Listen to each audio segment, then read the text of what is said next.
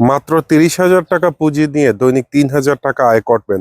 হ্যাঁ, এরকমই একটি ব্যবসায়িক আইডিয়া দিচ্ছি, যে ব্যবসায়িক আইডিয়াটি দেখলে আপনার নিশ্চিত মাথা নষ্ট হয়ে যাবে।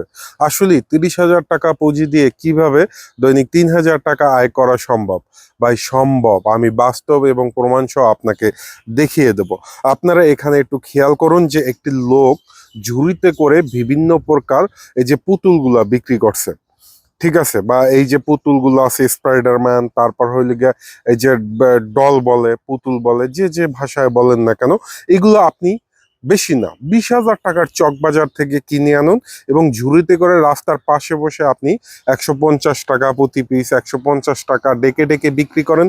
দেখবেন ডেলি আপনার কমপক্ষে 30 থেকে 40 পিস বিক্রি হবে।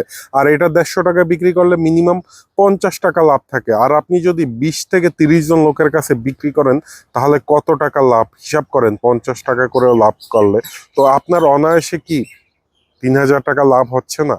আপনি ডেলি 60 পিস, 50 পিস এরকম পুতুল বিক্রি করা কোনো ঘটনাই না ভাই।